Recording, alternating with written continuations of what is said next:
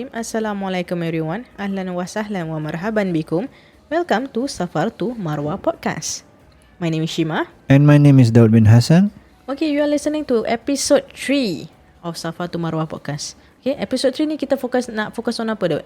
Okay, episode 3 we will be focusing on our journey from our home to the airport, to the flight and to Madinah. Okay. So this is actually the process lah dari rumah sampailah ke Madinah. Ke Madinah. Okay, insyaAllah. Okay, so first thing first, kita nak promote sikit lah. Ada Noah punya promo ni. I heard is the cheapest sekarang ni. Cheapest in the market. Harga dia berapa? 2,400 to 2,600. Date timing tu during raya ke? During raya 7 to 17 May. Selalu raya dekat Singapura, why not kita lain sikit kali ni? Lain sikit boleh. Cuma satu hari dia raya, lepas tu habis. Lepas semayang dah, is back to normal. Because diorang more focus on Ramadan. Tak macam kita ni Tak focus macam on kita. Kita fokus on Ramadan. Last 10 days sibuk buat kuih. Mereka sibuk beribadah, sibuk khatam Quran. So And then ada juga kan promotion untuk yang akhir Ramadan kita ada 3 different packages for akhir Ramadan. all of this you can see the promotion dekat IG and Facebook. FB. Ataupun boleh call, message diorang. Okay, all of this boleh nampak dekat Noah SG Travel kalau kat Instagram, and kalau dekat Facebook you can find them at Noah Travels and Tours. Okay. Yes. So kita akan start dengan the topic of apa yang kita akan buat, okay, daripada rumah sebelum kita keluar nak pergi airport tu. Apa yang kita boleh Okay, amalkan. from your home, early in the morning when you wake up, you bathe, you will mandi sunat musafir. Then selepas itu, sebelum keluar rumah, before you reach, you get out of your home, you semayang sunat musafir. 2 rakaat. Okay, rakaat pertama surah Al-Kafirun, rakaat kedua Al-Ikhlas. Surah Al-Ikhlas. Ini sunnah. Setelah itu complete with doa musafir. Doa musafir. So Yes. actually ni boleh cari dekat Google ataupun Buku panduan. In the event that when you go out, then you need to pray, you can pray jamak. Okay. But jamak tamam. Jamak tamam. Tamam tu apa? Meaning tamam is complete, sempurna. Oh, Okay, sempurna maksud it means that you pray Zuhur 4, Asar 4, Okay. Maghrib 3, Isyak 4. Bukan jamak yang half-half lah Not kasar. Kasar is to Zuhur to Asar. I see. Okay. But for Maghrib no kasar. Still 3 and Isyak 2. Dah discount dah tu. Dari discounted. Okay. So daripada rumah, before you go, of course, ada sunas you can do such as You leave your home with langkah kaki kanan. Kalau orang-orang dulu, mereka practice azan dulu sebelum keluar. Ulama kita pun ada ajar juga. Okay. Benda yang baik kan? So kita keluar rumah, azan, langkah kaki kanan. Nak buat, tak nak buat, is all up to you. So itu pun you have to ensure yang you punya luggage semua dah prepare. Luggage semua dah prepared, your documents already in your hand. Documents that you need to prepare is 1, the muqim given by your agency. And number 2, your PCR results. Number 3 is your vaccination cert. And number 4 is your passport. And number 5 is your visa. Okay, for your travel. If they give it at the airport, make sure you keep it with you. And then your ID tag, not to forget. It Yang is important. Yeah, your lanyard. Because once you are at the airport, there will be tons of people over there. There will be a lot of people. And for me to identify when jemaah wear tag. Correct. Yeah. Pasal kadang-kadang ada pun jemaah yang lain juga mungkin berangkat. So kalau pakai tag lagi senang nak identify senang lah nak detect jemaah kita. Also last minute packing, ensure jangan ada gunting dekat apa tu hand carry. Hand carry. Check in boleh. Okay, tapi power bank hand carry, no luggage. Kadang-kadang kita bawa handbag atau backpack boleh taruh juga kat dalam. Boleh, tak ada masalah. Pasal apa, kalau you tak bawa, pasal sekarang semua kita pakai elektronik. Kalau tak bawa, nanti takut bateri mati ke, susah kan. Yes. So kita akan cakap pasal kat airport itself. Kat airport nanti kita check in kita punya luggage Yeah, check in luggage no more than 30 kilo. Yeah, depends on the airlines itself. Okay. Social distance jaga ya. Jaga. Saya sampai mulut penat kadang berbual. Bukan apalah, kita faham pasal apa, kita punya saudara mara atau parents kita nak pergi umrah. So kita macam, of course that's the last moment yang kita boleh spend with. Yes. But jaga-jaga jugalah. Dan keduanya, bila kita dah suruh masuk, silalah masuk. Jangan ambil terlalu banyak masa untuk berpelukan. Kita faham, tapi tak nak awak ketinggalan juga. ke belakang. So the next thing is also kalau dah dekat dalam flight tu, apa yang kita boleh buat dalam flight? Okay, dalam flight, first thing first, you can rest. Kedua, boleh baca Quran atau zikir atau selawat, or you can use the screen. Okay, the screen ada mushaf, ada Quran, apa semua boleh dengar. And then also in the flight you have a lot of time for you to write down your doa, whatever doa that you want to do in Makkah, in Madinah, in tempat-tempat yang mustajab, you write down. And then those mereka yang kirim doa, you write down. Mereka yang kirim salam kepada Nabi, you write down. Over there you tend to forget. When it's noted down, when it's penned down, okay, you will remember, especially when you're in Rawdah. Yes, there will be ample time, but it will be easier for you. You can just put at your note, handphone punya note, just write down the doa lah, insyaAllah. Pasal handphone kita bawa ke mana-mana, kadang-kadang notepad ke, terlupa ke, dekat dalam bag ke, nak masuk tu diorang akan check awak punya result dulu kan. Yes, they will check. So ensure that you have your documents semua dah ready. Semua dah ready. Ubat-ubatan pun bawa dalam hand carry if anything especially happens. yang maaf kata mak bapak kita yang mungkin dah tua sikit, macam-macam ubat yang kita kena bawa. Those ubat sebenarnya ubat yang penting, like blood thinner ke atau apa-apa, sila bawa, jangan lupa. Then with regards to solat dalam flight, it is not advisable for you to take wudu in the plane. So just best for you to use the spray bottle. Spray air tak banyak. Macam biasa, sembahyang duduk boleh? Sembahyang duduk. Bila berdiri tu, bila takbiratul ihram berdiri, lepas tu duduk. Kiblat jangan takut pasal kita mengarah ke Mekah. Jadi whatever the flight go, we go. Okay. So lagi satu nak cakap, minta maaf kalau you dengar miau-miau at the background. Kita rumah ni ada kucing and tak tahu macam nak diamkan diorang. Okay, so kalau you dengar tu diorang pun sebenarnya nak join juga. Bila once you reach Madinah, okay, apa yang selalu dilakukan? Setelah dia keluar daripada airport, naik bas, SIM card yang penting. SIM card penting SIM card yang penting. Kenapa tu SIM card penting? You need to download your Tawakkalna, your Itamarna, and then you need to do your booking for your Umrah and your Rawdah. Bukan pasal nak Facebook dulu Oh, bukan. Ini pasal ni betul-betul ini perlu, sebab diorang nak kena download pasal dah download dari Singapore. So you need to registration because of the Itamarna. Tawakkalna Itamarna will not be activated unless you use their telco, which is Saudi SIM cards lah, Saudi SIM cards. numbers. As for Noah, kita punya experience is that Noah akan bawa kita to a place. Okay, orang tu, telco tu akan datang minta kita punya passport and the duit rial lah, 100 rial approximately 100. Yang kita pakai that time was STC, was 20 gig. 20 gig. 400 rial. Basically you just for Noah, diorang akan adakan pegawai diorang. Pasal kita kan Arab tak pandai baca, so diorang akan registerkan kita. Yes, they will help us out. Gambar semua dah memang ada kat dalam, sebab itu daripada system. So make sure that you have this documents mesti ada lah, passport. Just be careful je, turun flight make sure semua ada passport. Yes, and then after that macam dah boleh masuk login Itamarna and also Tawakkalna, you will be advised by your travel agency untuk book your Umrah and Rawdah. Kalau solat biasa memang tak perlu ada. Kalau Masjid Nabawi tak perlu booking. You need to understand that your Rawdah one booking for every 30 days. So you will only get one booking. Ada orang tanya, kalau mak saya tak pakai data, kena beli je? Wajib ada, because you need to have that app. Then as soon as sudah sampai Bir Ali, lepas tu kita ke Bir Ali Lepas tu kita ke Bir Ali, kita semayang tahiyatul masjid atau kena waktu, kita solat waktu subuh atau whatsoever. Then from then on, 30 minutes from Bir Ali, you reach Madinah. Bir Ali is actually a place for you to jatuhkan niat sebenarnya untuk lakukan umrah. Tapi for that point of time, kita tak buat umrah, so tak jatuh niat. Bir Ali tu actually macam tempat break. Kita punya tempat break to fresh up whatsoever. Then after that, we will go to Madinah. Free and easy, pergi solat, do whatever we want. Okay, when the time comes for Prophet visit, we go for Prophet visit. Prophet visit can be done for lelaki saja. Prophet visit dengan Rawdah lain Lain. Apa Rawdah, what is Rawdah? Ma min baiti wa minbari rawdatun min riyadil jannah. Kama qala Nabi SAW. Apa yang ada di rumahku dan mimbarku adalah taman syurga Rawdah. So if you are in Rawdah, you are actually in heaven. Itu hadis Nabi. Sebab orang bekerja masuk ke Rawdah. Jadi selepas selesai Rawdah, lelaki keluar jalan depan, belok kiri, makam Nabi SAW. Itu mereka yang daripada Rawdah boleh keluar Prophet visit. Tak payah booking. Tapi kalau Prophet visit booking only, masuk dari pintu Babu Salam. Oh, itu macam lalu lah. Straight path lalu saja. So Prophet visit is actually lalu. Yes. Kalau Raudah is awak dapat solat kat dalam. Solat dekat dalam. Itu untuk lelaki Untuk lelaki. Pun sama je kan, dalam 30 hari ada satu slot je awak boleh ambil. Untuk setiap jemaah begitu. Itu untuk Raudah. Kalau Prophet visit tak ada kira For visit anytime. Okay, anytime. Okay, so kalau untuk perempuan pula macam mana? Kalau untuk perempuan, masuk Raudhah dari pintu 24. They will check.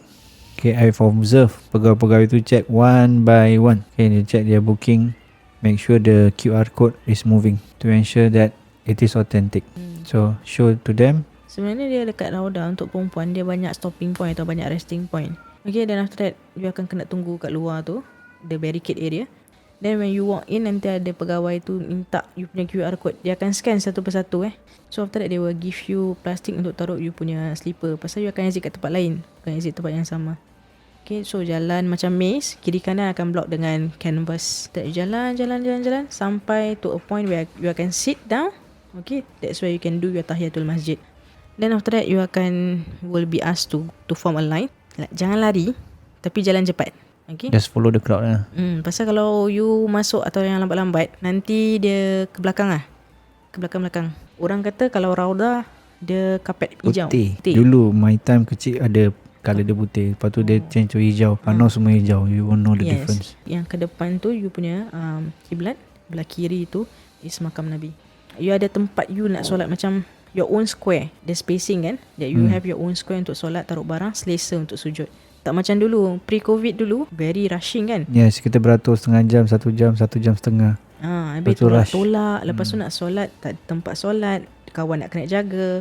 Habis tengah solat, kena tendang. So, yang ni seluas-luasnya, you have your own ample place. Okay, as soon as you reach Raudah, you akan dapat ada macam this timing thing. Kata the whole procedure could take about 1 hour to 30 minutes. Depends on the crowd and the time of day. Timing in Raudah itself actually very selesa to me. Berjam celik dah habis. Macam you fill your time with solat sunat, tak perlu nak tu tolak-tolak. It's very aman. Ada hikmahnya COVID ni. So solatlah berapa banyak, sepuas-puasnya sujud kat situ, sepuas-puasnya doa kat situ. That is your time for you to, it's just doa apa yang you nak. Okay, after that, once the time is up, dia orang akan suruh bangun and exit, ikut je lah. So approximately mungkin timing dekat dalam Raudah itself mungkin about 15 minutes or longer, depends. Okay, kalau dapat lebih, Alhamdulillah. Yang dimakamkan dengan Rasulullah is Sayyidina Umar and Sayyidina Abu Bakar. Okay. One interesting fact, if you observe the Ottoman rulers, they have one feather on top of their turban. That feather is actually used to sweep the blessed chamber of Rasulullah SAW. So they will take one piece and then put it over their head to show the love, respect towards Rasulullah SAW. So you can google lah, tengok macam zaman mana, zaman Ottoman Empire, kata yang cara mereka pakai. Ada, mesti ada satu feather kat atas. So lelaki boleh pergi bakit? Lelaki boleh. Okay, untuk bakit cemetery only for men. Okay, dia buka lepas subuh dan sebelum duha dah tutup. Perempuan tak boleh masuk, dari luar saja. Not allowed for women. So there are a lot sahabah inside. Okay, di antaranya Sayyidina Uthman, keluarga Nabi SAW, isteri Nabi, anak-anak Nabi, ulama-ulama seperti Imam Malik, Imam Nafi', guru Imam Malik, dan banyak lagi. Dan interestingly, we have one Islamic scholar from Singapore. He's not from Singapore, but he educated people in Singapore back in the 50s. Okay, his name is Maulana Abdul Alim Siddiqui. Okay, he was the one responsible for the establishment of IRO and also establishment of Jam'iyah. So he did his missionary work all over the world. One of it is Singapore, and his place of da'wah is now Masjid Abdul Alim Siddiqui. That is the place where he started his da'wah for Singapore back in the 50s, and he rested in Madinah Baqi. So dakwahnya di Singapore, the whole world, and his final resting place Baqi. Masya-Allah. The interesting fact about Baqi is, first, mereka yang dia akan dibangkit daripada alam barzakh, okay, day of resurrection adalah definitely Rasulullah, then after that Abu Bakar and Umar. Then the next batch of people is Baqi. The earliest batch of people. Then the next batch is Mu'alla, the cemetery in Makkah. Ulama pun banyak di sana. Sayyidatina Khadijah pun di sana. Then after that, there are other people from all over the world. Dia ada urutan-urutan dia. Dia ada. That's about Baqi. And then if you go around Masjid Nabawi, you can see 3 things or 3 places. Okay, number one is Saqifa Bani Sa'adah. On the right side, the right end of the mosque, you see one green patch. Okay, it's covered now. Banyak pokok-pokok di situ. That is the place where the election happened. The choosing of leadership after Rasulullah SAW happened after the demise of Rasulullah SAW. They start to have their discussion there to ask and to ballot who will be the next in line, which they already know that Rasulullah give a bit of direction to Sayyidina Abu Bakar. When he was sick, he asked Sayyidina Abu Bakar to replace him to become the imam. They decided choose Sayyidina Abu Bakar of leadership. That happened in Saqifah Bani Sa'adah. Then also you have Masjid Sayyidina Ali and also Masjid Ghamamah. Then from there is a route from Masjid Ghamamah. Di situ there is a pathway that will lead you straight to Masjid Quba. 30 to 45 minutes of walking. Then the next place of tour or visit that you will go is Jabal Uhud. Okay, there are a lot of stories about Uhud. Okay, peperangan Uhud juga berlaku di sana. Sayyidina Mus'ab ibn Umair syahid di sana. Sayyidina Hamzah, pakcik kesayangan Nabi, most beloved uncle of Rasulullah, passed away there dalam peperangan Uhud, ditombak oleh Wahsy yang diupah oleh Hindut. Ada masa kita cerita panjang lah pasal ni. Kelebihan Uhud adalah satu ketika Rasulullah SAW bersama Abu Bakar, Umar dan Uthman, dan bukit itu bergetar. And then Rasulullah SAW said, tenanglah wahai Uhud, uskut ya Uhud, because with you there is one Sadiq, there is one Prophet, and there is two Shahid. So the Sadiq is Sayyidina Abu Bakar as-Siddiq, the Prophet is Rasulullah, and the two Shahid is Sayyidina Umar, who is martyred, killed by Abu Lulu'ah, and Sayyidina Uthman, who was killed by the Khawarij, the two Shahids. Okay, and interestingly, Rasulullah SAW said, Uhud loves us, so we should love Uhud back. And Uhud is promised in heaven. Oh, dia dijanjikan syurga Yes. Bukit tu sebesar-besar tu dijanjikan syurga. He wants to be in the heaven with Rasulullah. Kita ni belum tahu macam mana Kita belum tahu. Uhud ada booking. Kita belum lagi. Kita betul. Kita belum ada booking. So if you can see dari jauh atau when you approaching Uhud, actually daripada bas sudah boleh nampak Uhud ni macam dia ready sikit. Ikut sejarah, itu bekas darah-darah syuhada, para syuhada. So dekat sana itself you also can visit ziarah. Okay, the makam itself you boleh tengok keadaan makam di sana lah. Okay, and also dekat situ ada apa tu Jabal, ada yang Jabal Rumat. Dekat sana nanti selalunya your travel agency dia punya ustaz-ustaz akan ceritakan sikit di sebalik sejarah. It's best you tahu sejarah sikit Uhud, cerita tentang tentera bergajah, Ababil. Jadi bila you kat sana, you akan bila nampak certain things, you akan lagi macam feeling tau. Yes, you will feel the history. Macam example you pergi Sa'i, kalau you tak tahu the backstory, you akan buat saja. But then if you know, you akan tahu apa history and what's behind, kenapa kena buat Sa'i ni semua, apa yang kita represents and whatsoever. It's best to have a little bit of knowledge and history about sirah Rasulullah, so you akan faham pengorbanan Rasulullah. You will internalize it. Lebih rasa kat dalam hati. After Jabal Uhud, mana lagi kita akan visit? Masjid Quba. Okay, Masjid Quba adalah masjid pertama yang dibina atas takwa, gotong royong, dibina oleh Rasulullah SAW. Dalam surah Taubah ayat 107 menerangkan tentang Masjid Dirar yang dibina atas dasar jealousy oleh kaum munafik, dihancurkan Allah Subhanahu Wa Taala. Ayat 108 tentang Masjid Quba, 109 dan 110 adalah kembali tentang Masjid Dirar dan kehancurannya. Iaitu termaktub dalam Al-Quran surah At-Taubah ayat 107 sampai 110. Dan barang siapa yang berwuduk dari rumah, man tatahhara fi baiti summa ata Masjidil Quba fasalla fihi salatan rakaat kana lahu ka ajr umrah atau kama kala Nabi sallallahu alaihi wasallam. Barang siapa yang berwuduk dari rumah dan dia datang Masjid Quba, sembahyang 2 rakaat, pahalanya seperti 1 umrah. Ambillah wuduk dari hotel. Walaupun kita dah batal halfway, tapi kita dah ambil wuduk dari hotel, pahala tu tetap kita dapat, seperti pahala 1 umrah. Kita kejarkan di Masjid Quba. Turun bas, sembahyang sunat 2 rakaat. Mana tempat ziarah lagi? Masjid Qiblatain, Masjid 2 kiblat. Sejarahnya, tu ketika Nabi SAW solat, dia asyik pandang ke langit, dan Allah tahu yang Rasulullah ada yang tak kena. Sebenarnya Rasulullah tak senang dengan kiblat kita pada waktu itu ke Masjidil Aqsa. He was restless lah masa tu. Allah send a revelation, qad nara taqalluba wajhuka fis sama' falanuwalliyannaka qiblatan tardaha fawalli wajhaka syatral Masjidil Haram. Surah Al-Baqarah ayat 144. So Rasulullah keep looking up to the sky, and Allah said, palinglah arahmu kepada kiblat yang kamu redha. Jadi Rasulullah SAW paling ke Masjidil Haram. Setelah itu Masjidil Haram lah jadi kita punya kiblat. If not, Buas Aqsa. Itu peristiwanya yang berlaku di situ. Tempat-tempat lain yang kita ziarah biasanya korban kurma atau mazrak. Di situ bolehlah borong kurma ke coklat ke kacang ke apa-apa nak borong-borong lah. Ni tempat melontar. Baru salah satu tempat melontar. Apa tu tempat melontar tu? Tempat buang duit. Actually kita kalau pergi sana sebenarnya macam tak payah belilah. Tapi harga kurma turun kat sana hari tu. Jatuh. Ajwa Alia 1 kilo 130 to 150 rial. Now it's 45 rial. Ustaz, biar betul Ajwa Alia. Yes. Ajwa Alia. Alia. Tapi tak banyak, agak-agak aje. Ya ke? Kerana apa? Siapa yang makan kurma ajwa setiap hari sebanyak 7 biji kan dihindar daripada sihir. Ini hadis Nabi SAW. Sahih. Air dia pun boleh, dia punya kurma rendam. Dekat sana juga you can also taste the kurma freely tak payah bayar. Dia satu makan rasa. Saya boleh makan sudah. Dia tak charge. So nanti kat sana ada coklat juga. Coklat dia best.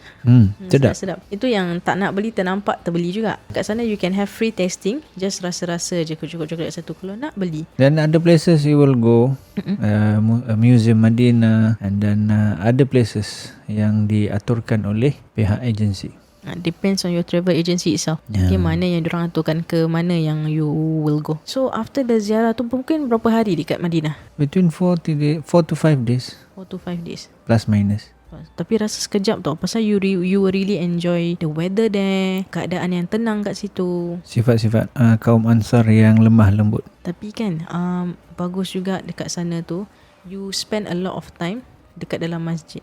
Kalau pergi ziarah, pergi ziarah. Macam especially you first time, pergilah ziarah, dengar tentang sirah-sirah. Kalau otherwise, you can duduk dalam masjid, banyakkan ngaji, banyakkan zikir, iktikaf dalam masjid. Nawaitul i'tikaf fi hadzal masjid lillahi ta'ala. Kali masuk masjid, baca tu. Jadi balik iktikaf Pahala 1000. Dekat Madinah, pahala times 1000. Times 1000. Kalau Masjidil Haram, times 100,000. Kalau Aqsa, times 50. Then I want to share one interesting story that happened to me in front of my eyes. Kalau kita semayang, kalaulah nampak ada orang pengsan, kalaulah nampak ada orang pengsan ke apa, berhentikanlah semayang tu. Kerana kita wajib tolong orang tu. And at that situation, I was like praying and then I saw someone fall to the ground.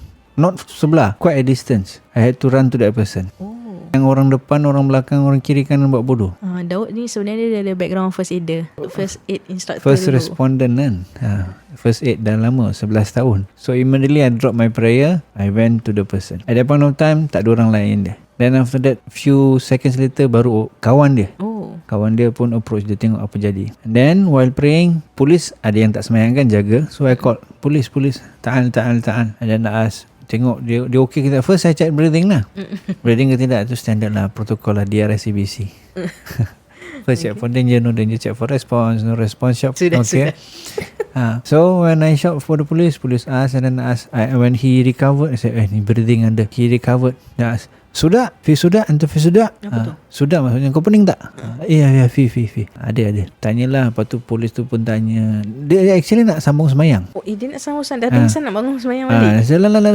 Start. Maksudnya rehat. Polis tu pun tak kasi dia semayang. Lepas dia bilang, ya Zair, anta salli. Dia suruh awak solat. Awak sambung semayang. Baik, kita sambung semayang lah. Tapi experience tu? Itu was a once in a lifetime experience.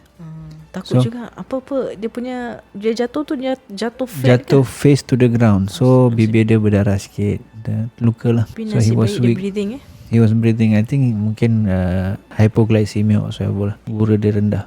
Then after that, while praying, polis tu bawa dia lah jumpa doktor ke hospital ke apa. Dekat sana ada AED sebenarnya, insyaAllah.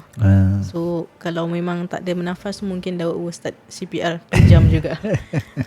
Okay, that is interesting. Quite an experience. Dekat Singapore, you tak dapat nak tolong orang. Tak ada rezeki. Dekat sana Alhamdulillah dapat rezeki tolong orang kat sana. Kalau yang perempuan tu, diorang kata Madinah ni ada tempat shopping. Memang banyak. Tapi jaga-jaga kat situ. Pasal shopping, bila you shopping, banyak-banyak yang keluar. Luggage nak kena kira juga. Jangan terlalu over baggage. Jangan over baggage. 30 kilo plus minus in average, in general. Ni bukan nak takutkan orang.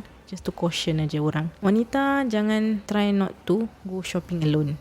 Sometimes wanita memang berani nak pergi seorang. At that point of time, me and my husband were walking dekat Madinah. So I wanted to just find satu jubah sebelum kita bertolak pergi Mekah besok. My husband got called. He has to do duty lah. Okay. Duty calls. Then after that, dia pergilah. While I was shopping for my jubah, abaya, nak beli abaya tu, I was alone lah. So actually dia dekat sangat dengan masjid, just opposite masjid aja. Tapi lelaki ni dia macam very touchy. In this situation, perempuan selalunya akan tak tahu nak buat apa. I wanted to go out, tapi I feel intimidated by them. And they keep saying, sabar. And dia keluarkan ayat Quran. Lagilah intimidated. So I was very scared. Okay. And then she started touching my dada area. Dia nak suruh taruh bag, tapi tak payahlah, pegang kan. So I don't know what to say.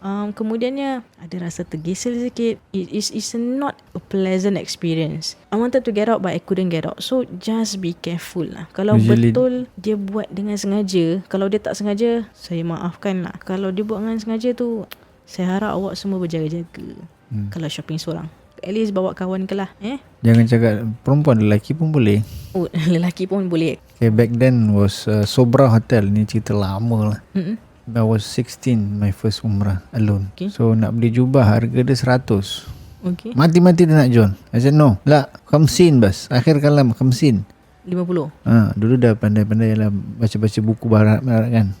Then after that, tawar punya tawar dia kasih. And then bila nak kasih duit tu, dia dah start raba badan lah. Oh, raba badan awak? Then after that, dia suruh tunduk. Dia nak tukar duit. Bila tunduk, dia jilat. Jilat mana? Pipi. Astaghfirullahalazim. I said, dalam hati, kalau aku tahu masa tu nak panggil polis macam mana, dah jerit dah panggil polis. That time baru belajar sikit-sikit. So it was angry. Then I campak the money to him. Then my friend tarik.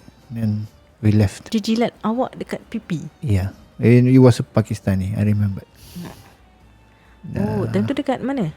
Sobra Hotel. Sobra Hotel kat mana? Madinah? Mekah. Oh. Dah tak ada dah. Sekarang dah bangunan baru tu dah tak nampak lagi dah. Tapi ni semua kita bukan nak tahu awak. Cuma jaga-jaga. Berjaga-jaga. Kita kat negeri orang. Okay. Kesian masa tu rasa takut tak? Intimidated tak? Macam geram, marah. Macam nak apa tu, nak curse pun ada. Tapi tak tahu dalam bahasa Arab macam mana kan. Correct. That's the same. Awak experience dengan lelaki lelaki dengan lelaki. Saya experience dengan lelaki pun, awak lelaki dengan lelaki lagilah confusing. So he wants to go back and marah orang tu atau macam say something, but kita tak ada bukti. So I just let it be lah. Tapi yalah, that's an experience. So jaga diri kat sana.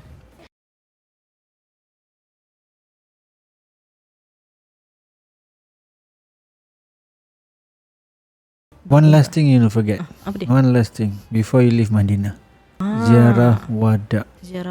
Datang, jumpa Nabi, adab ziarah, jumpa Nabi. Pulang pun adab ziarah sebelum pulang. Okay. So kalau nak pergi makam Nabi tu jauh sangat, dari luar, dari belakang dekat dengan hotel pun boleh. Kita baca doa wada tu, ataupun dalam bas.